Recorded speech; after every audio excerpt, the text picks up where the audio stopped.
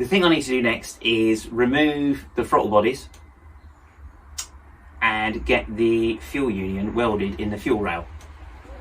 And then once I've done that, it's take the cam cover off, chuck a load of oil in the engine, make sure the starter motor is good to work, because obviously we've got the engine second hand, not sure on its previous usage and owner. Then once I've done that, it's good to go. Just a few little bits to tidy up, put that back together, and then we can drop the engine in to the subframe.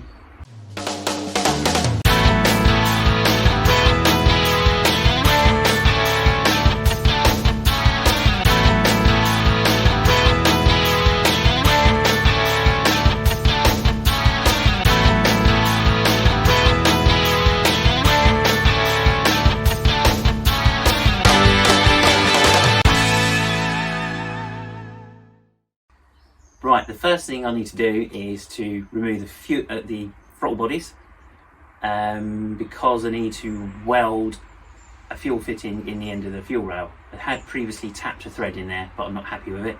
So in removing the fuel rail, the engine's on the bench over there. It's a matter of removing the electric reverse motor. I've got to get underneath the framework, which is difficult to get to because it runs really close by the throttle bodies. Undoing the throttle body clamps. They're a bit like a high quality Jubilee clip, if you like. They've got a nice long thread in there with dear little Allen key heads in. So you've got to remove those, and the alignment and getting the Allen key in the end is very difficult. Got to undo those, and anything else that allows you access to get in there easier. Then remove the throttle bodies and the fuel rail and the injectors all as one. And then once that's on the bench, we can remove the fuel rail, and the 4 injectors come out with the fuel rail. Right, the fuel rail fitting is on the end of this fuel rail here. It's I believe it's a swivel seal fitting from Earl's Performance. A lot of the fittings that came in the kit for the oil cooler are from Earl's Performance, so that's who I'm going with. So that's the one I'm going to get welded in. The fuel pump is going to be running about 45 psi of pressure. So I don't really want any leaks, and it's just a surefire way of eradicating that problem.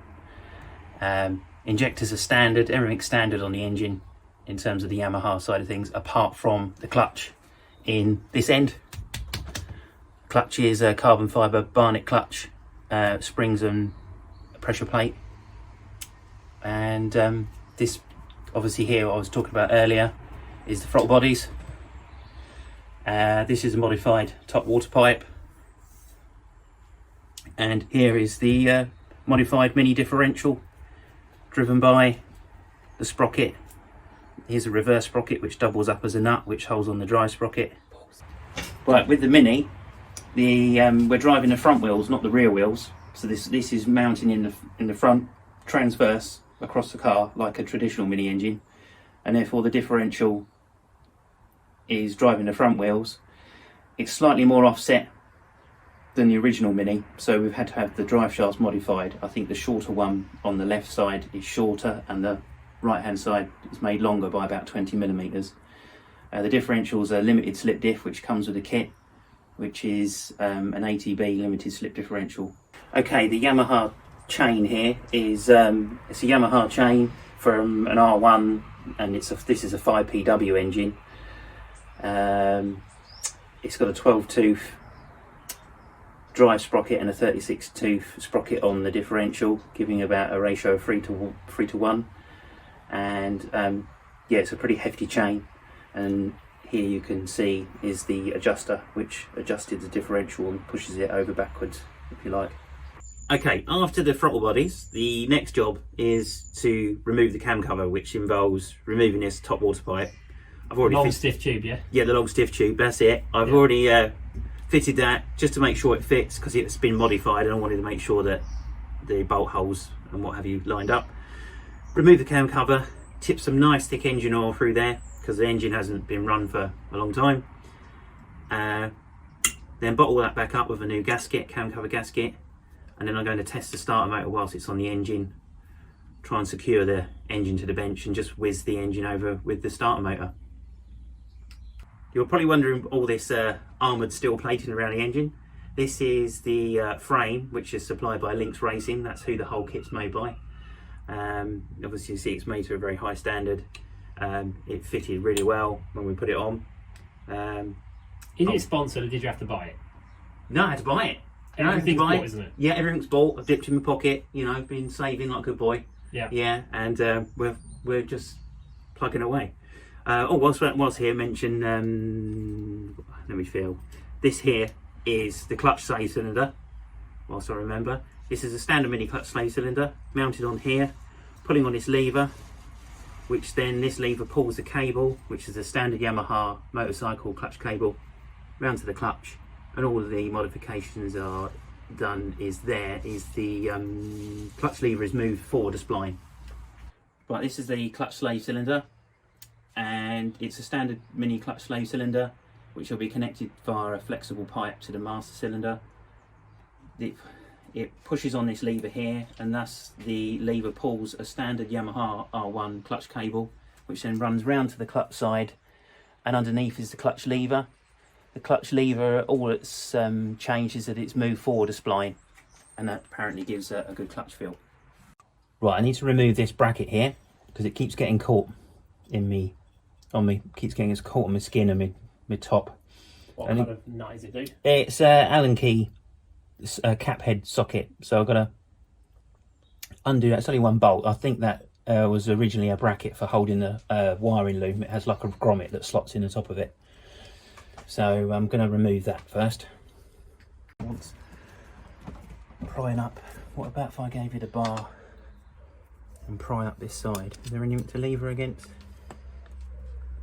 Lever against there, or side? Let me have a look. Waggle to and fro. Not really. I guess I could go up off the block. Yeah. Sorry. So, it's your fingers. You can always get new ones, go the rest of you. It's not going at all, is it? No. Give it a lever, see if that pops. Got Did it? you hear that? Yeah, Yeah. If you pick it, you should be able to grab it now, I think.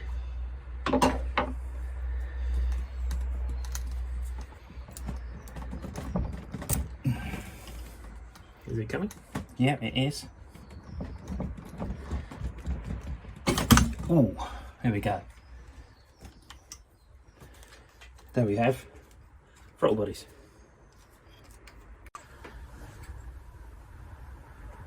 Yeah, just number 3 where we couldn't undo the top one. Right, okay. Do you want the ratchet? Yes, please, mate. Thank you. Right, let's take this off. Also, you have to, these come very close to the frame. The frame box section's right across here. Oh, the modified frame. Yeah, the modified frame, and you can't turn those round to the side because the throttle butterfly, there's a butterfly linkage comes through here, look. So you can't turn that round and put it in that way. I've got to either turn the clamp over and put it down through this side next time when we go back on. Pick up the camera and point to what you're talking at. Ah, yeah, these clamps here, which clamp the throttle bodies on, originally they had a piece of rubber that went in between the two ears of the clamp. Yep. So they all lined up, which was obviously good on the bike, because when you push the Allen key against them, it stops the clamp spinning round. But on this, because the bike, this engine frame comes so close, I had to trim the pieces of rubber off the these rubber rings to slide the clamps around into different positions. But I can't slide that clamp round this way because the throttle butterfly comes through and it would foul it. So I've only got the option of turning the clamp over and spinning it and putting it down through that way, if that makes sense. Yeah, it does. So that's what I'll have to do next time. Right, I want to take the fuel rail off. Now I've got these throttle bodies off, so we can get this fitting welded in. So that's what I'm going to do next. How many nuts is it on that thing? It's only 2 bolts, 2 Allen cap headed Allen bolts that hold it on. Just got to find the right socket, that's all. Let me just make sure I'm looking at the right, not looking but feeling the right thing. No, it's not the right one. Bear with me. It's not that one. Let's try this one. It's not that one. No, that's too small. Need the next size up. Let me just see whether. Just going to get. Right, here we go. Let's put that on.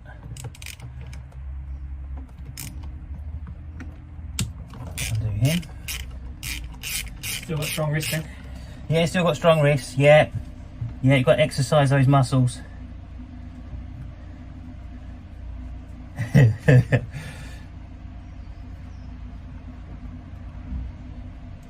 Let's do this one here. This is the second.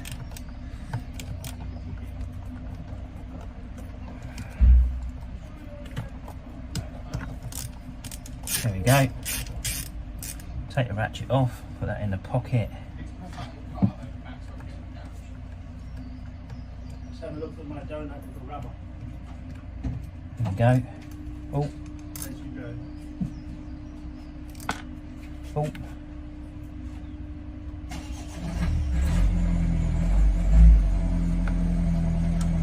You got it off? Just collecting the washers because I've got a spring washer on there and a flat washer.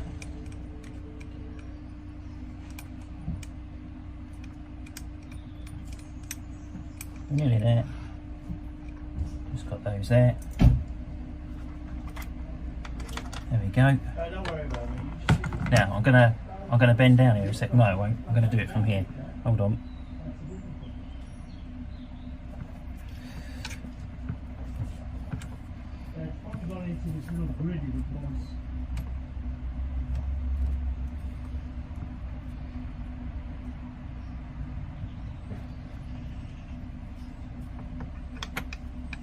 Right, here we go.